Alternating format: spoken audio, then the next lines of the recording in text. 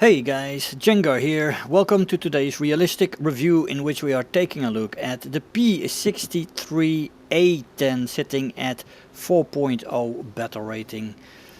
Here we go for the King Cobras. The King Cobras are amazing. They are both amazing in performance and all that jazz.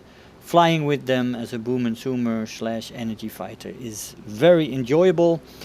The issue for me with this plane that makes it less than ideal is the 37mm and its RNG that is involved there. I already mentioned it in my P39 review that I did the other day. I don't remember which version it was, but that is a definite downside. What you don't need in War Thunder is RNG. The big caliber guns do have that. They have a big spread to where the bullet might go, and is not always in the direction that you want it to go. And I would say very often it's not the case, and it will make you miss, and that is very unfortunate. And that's why me personally, I prefer the more reliable spread of 50 cals or 20mm cannons.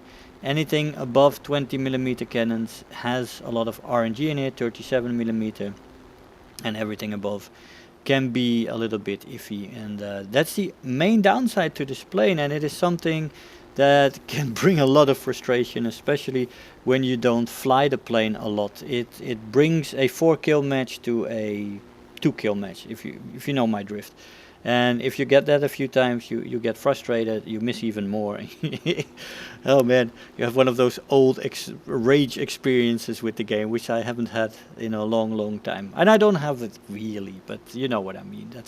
I want to give you this impression, because that is the downside of this plane for me, and I think for most players who fly a King Cobra. It is a fantastic plane, it has a lot of great things going for it, but that aspect of it, well, that is a bit frustrating here and there.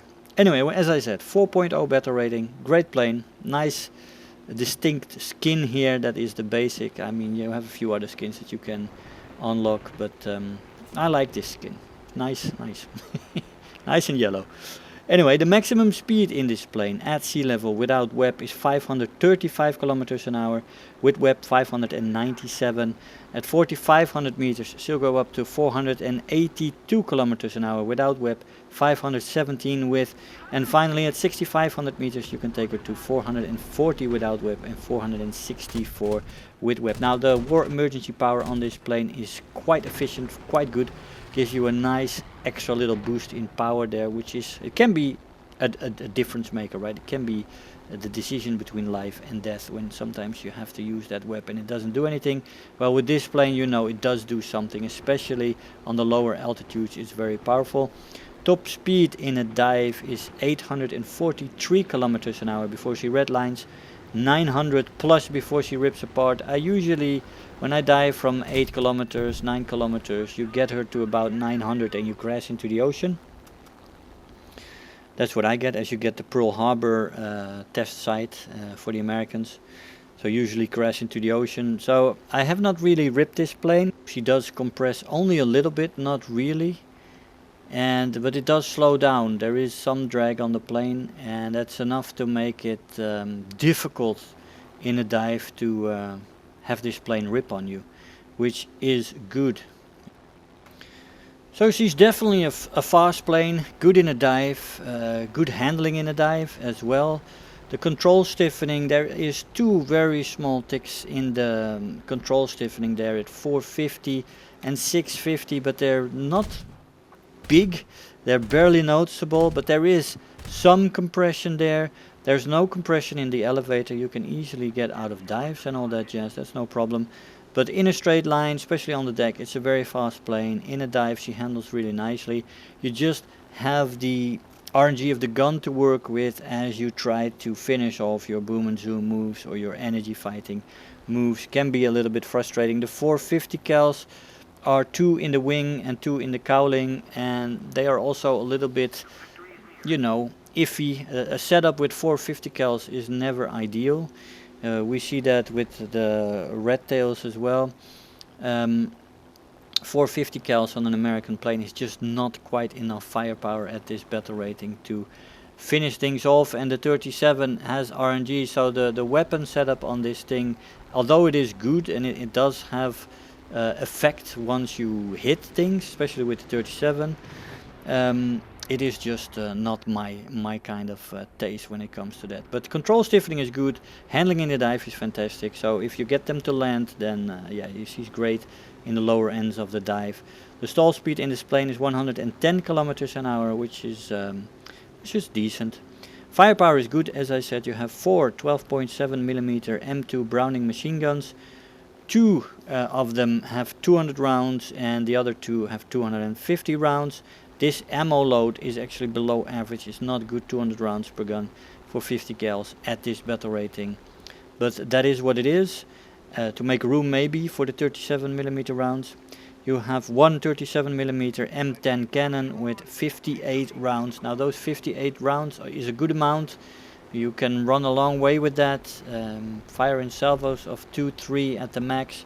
Otherwise they start to go all over the place. But all in all, that setup is good, but it is difficult to get them on target, as I said. Now ammo belts for the 12.7mm, I would say the default belt, you should leave that alone. It has ball ammo, so you should get the belts for the 50 cal as soon as you can. When it comes to modifications, universal is good. You have 3 times API rounds, armor piercing incendiary shells, a tracer shell and an incendiary shell.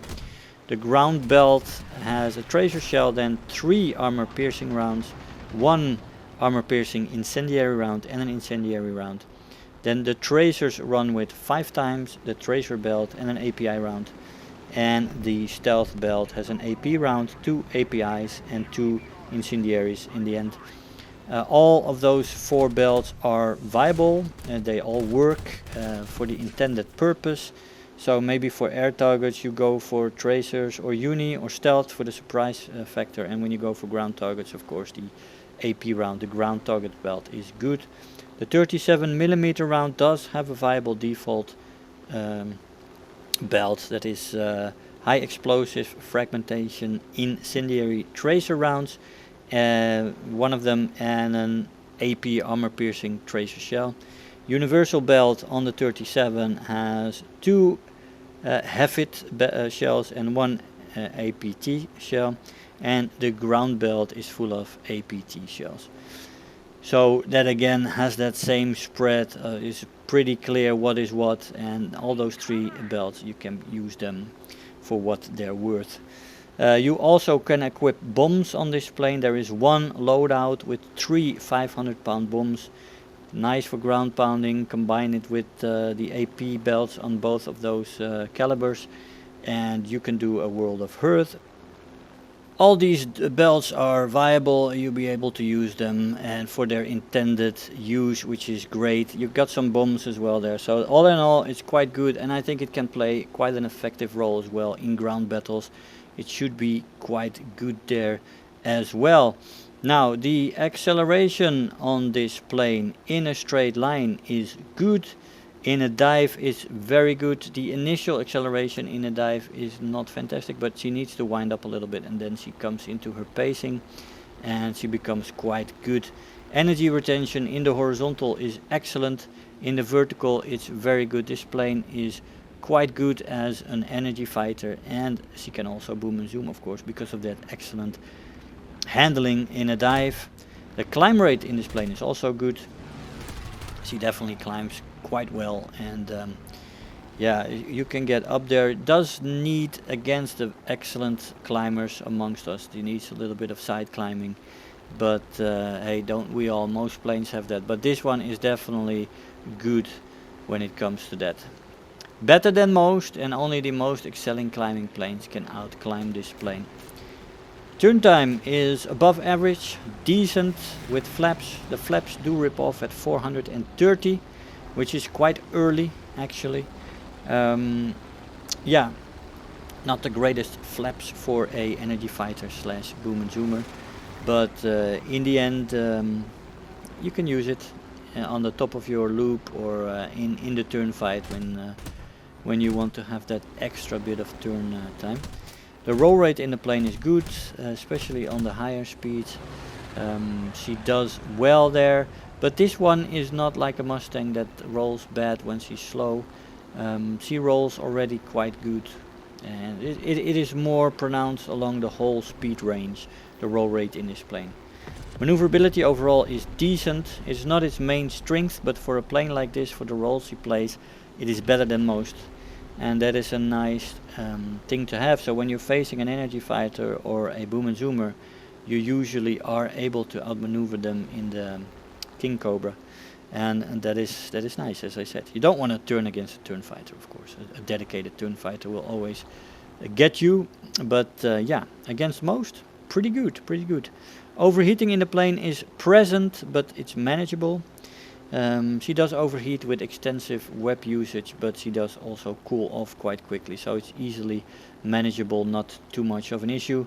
Durability in the plane is good. It can take quite a bit of damage, and yeah, definitely the advantage, you know, with the guns in front, also for the head-ons, is quite interesting. You do have things in the nose to stop the shells for a little bit, and you do have the engine in the back. Now that can also be a downside, of course, when planes are behind you and shooting you, where the engine is more easily damaged. But all in all, I found the engine in the back to be an advantage in general. Repair cost in this plane is 3,743 Silver Lions, which is quite a high repair cost. It is on one of the highest in the 4.0 battle rating across all nations. I have only found one or two that are higher. So yeah, she has a high repair cost.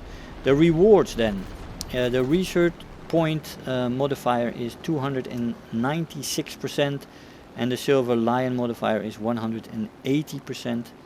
The RP one is decent to good, and the Silver Lion one is no more than average.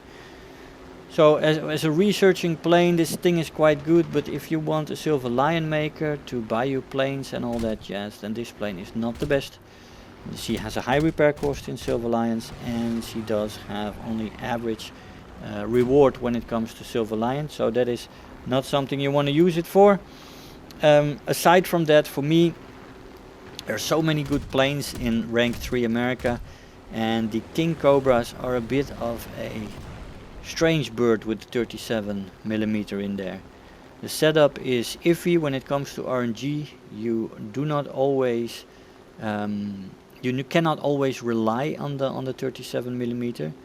You can on the 50 cal, but the 50 cal doesn't have too much ammo. Only 200 rounds for one pair and 250 rounds for the other pair. Most of the American planes have like 300, 350 or 400 rounds for the guns at this battle rating. And it just lags behind a little bit, this plane, when it comes to that. So you do have that. That is a downside. And as I said, but I said it many times now, and I probably should stop with it, but the 37, the RNG on it, it's painful for me. That's why I wouldn't recommend this plane as your main plane, but it's definitely a good plane. Coming from my mouth, I'm going all over the place, but it is true. It is a good plane with a shit gun, or at least not as reliable as some of the other guns. And I'll leave it at that. This plane is an excellent energy fighter and a more than good boom and zoomer. In both of those roles you can wreak havoc among the enemy team if your 37 wants to hit. And there is that. Very, very important. Let's see what we have on this scoreboard here. The rewards these days, man, I think they nerfed it again or something. They seem quite low. But anyway, Final Blow, the best squad, Terror of the Sky, Bulletproof, almost 30,000 Silver Lions and 6,000 research points. I'll see you in the conclusion. Hey guys, so here we are after the match. So this King Cobra, lovely plane, lovely to fly, great experience, very superior, very nice. You could do lots of shit in it, energy fighting, boom and zooming, she's excellent in that. Good engine on her. Looks good as well. From my point of view, this skin is nice. If you like yellow. But the plane, the gun, as I said many times before, is not to my liking. I don't like RNG when I make my final approach and I get everything right and then the shells just pop over the right wing, then the next one pops underneath the left wing, and the thing makes a maneuver and I lose it, and my whole run is for nothing, not because I didn't aim the guns correctly, but because of the RNG of the gun itself. And that's what does happen in this plane. It's the main downside of the plane. But I do hear that there is people that worked around that make nice salvos, and they have their ways with it, and you know, they really like the 37 millimeters.